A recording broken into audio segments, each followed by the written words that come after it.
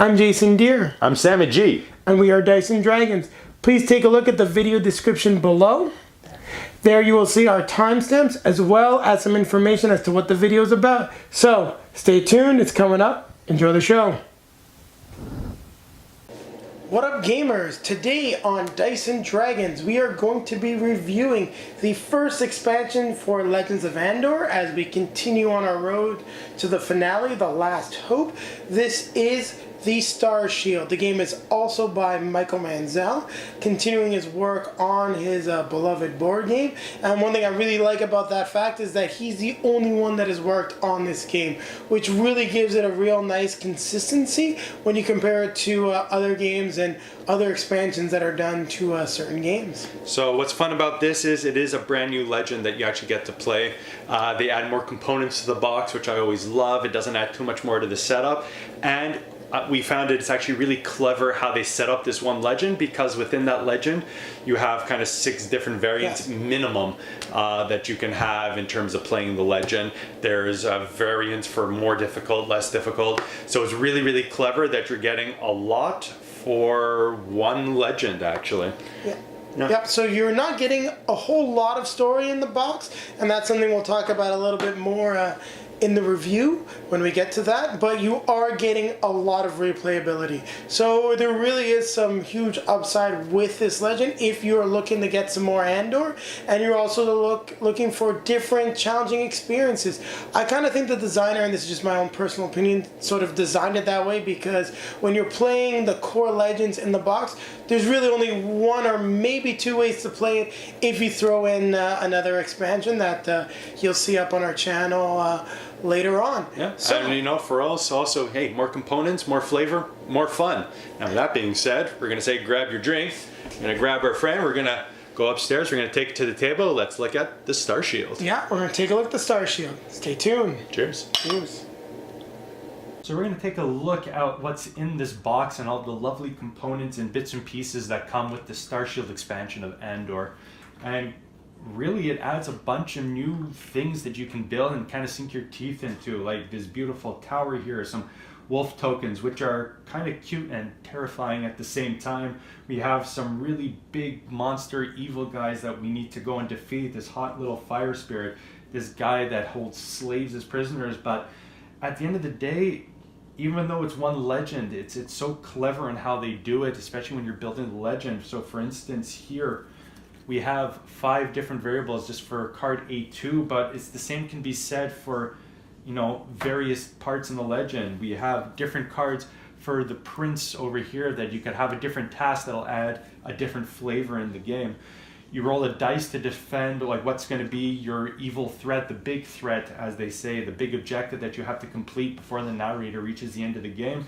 And it could be this guy, the water monster, that has very unique abilities. So in terms of having just one Legend, it is quite good in terms of the replayability and the variants that you can have per playthrough.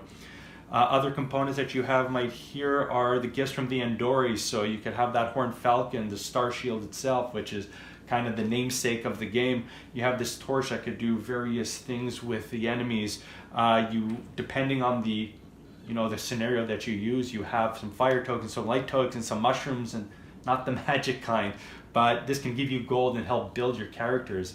Especially the hourglass, the flute. These are items that really, because of the difficulty of this scenario, you're going to be using these items a lot, and again really forces you to cooperate and use different strategies to get through the game and achieve these objectives. So it is quite a bit for everything into one box, and we really do like the replayability on this. We don't want to spoil too much, but we do want to show you how to set up the Legends, and that's going to come up right now. When we're setting up the Legend, it's actually quite simple, and like the base game in Andor, we always say refer to the wonderful rule book. It actually gives you the step-by-step guide on how to do it, and very, very wonderful, so easy to follow. We love it so much. And really what you do is, again, start with A1. You're going to go with A2 through to N, but what's nice about some of these cards is that you can pick any one of these Legend cards at random, especially where you have the variable. And that way, especially when it comes to A3 for one of the prince tasks, That way, you know what? It adds a certain variety to the game. If you want to actually read the cards, spoil a little bit for yourself, that's okay too. If you want to pick the hardest for yourself, you can do that. Moving along the deck, what's really nice is the legend goals only comes, at point C in the game. So you don't actually know what objective you're going to do. Of course, you could set it for yourself, but part of the fun is you don't know if you're going to have to deal with the water monster. You don't know if you have to deal with, trolls guarding a catapult. There's so many different things that you can do. So after adding the legend goal only at part C of the game, you're going to keep going. Now, what's fun about part E, this makes it really difficult in the game if you want it. Now, you don't need to necessarily put this game, so if you really want to have it easy, just get rid of it. You don't need it. But if you want to make it super difficult, you know what, put it in.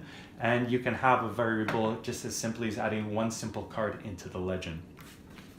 So just finishing up the legend deck, what I want to refer to here is the reference cards. So this game came with so many new components. What did they do? What did the legends do? What did the monsters do? Well, that's where all these other cards come into play. And depending on what mission you pick, on what objectives you have, you're going to be using these reference cards as well. So it adds a certain nice amount of flavor into the game as well. So it looks like there's a lot of stuff, but it comes down to be quite a simple game to follow, and you only use the components that you need. So that being said, stay tuned for the review. So, Legends of Andor, the Star Shield, what did you think? No, it was kind of fun, I have to say. In terms of the playthrough, it really kind of pushes us to the limit. It's not an easy mission by any stretch of the imagination. You have the various objectives that you have to do, and it really tests your strategic and cooperative play with board management, time management, to complete all the objectives and to ultimately win the scenario. So that was quite good. We found that very enjoyable. Yeah, it really takes into account everything that you will have learned from playing the original game into account. Like, all the items are useful. Things like the witch's brew, the helmet, they can be complete game changers when you're playing this game. And in that respect, like, the design value of this legend is fantastic, but also in the negative aspect, it's still just one legend, one storyline. But there are some different little bits of flavor that you get when, and also how you set it up when you're rolling dice to determine where you set up certain enemies. It adds a lot of replayability, so it is quite good.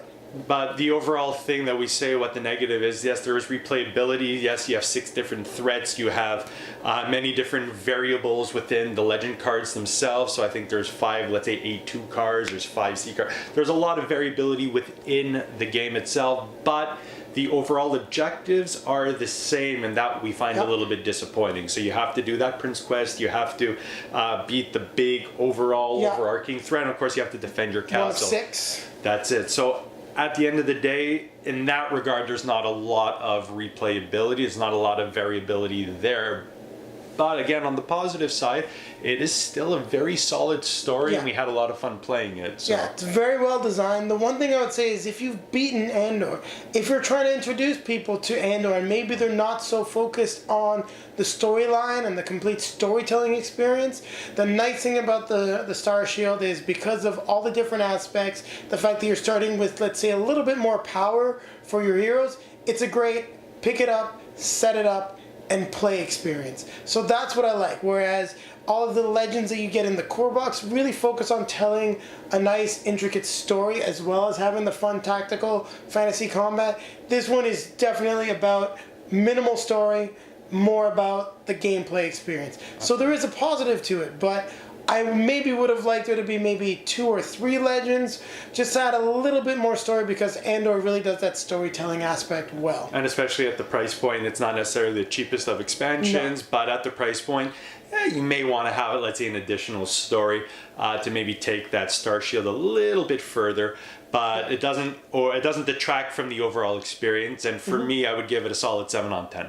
Yeah, same. I would give it just a 6 on 10, but that really is only based on the price point. You're looking at paying about a third to half the price of Andor for this one mission. Now, there is a lot of replayability, like we said, but it's still just one mission. Now, if you can find it at a great value, then I would up up my rating to like 8 or 9 as something that you should definitely add because of that replayability value, and it's giving you more of a game that we really love here, Legends of Andor. Yeah. So again, thank you very much for tuning in, guys. If you like what you saw, please comment below. We love to hear any kind of feedback. It is all very much so appreciated. And of course, we're gonna say, as always, to grab your drink, grab your buddy, and keep playing games. keep playing games. Cheers. Cheers.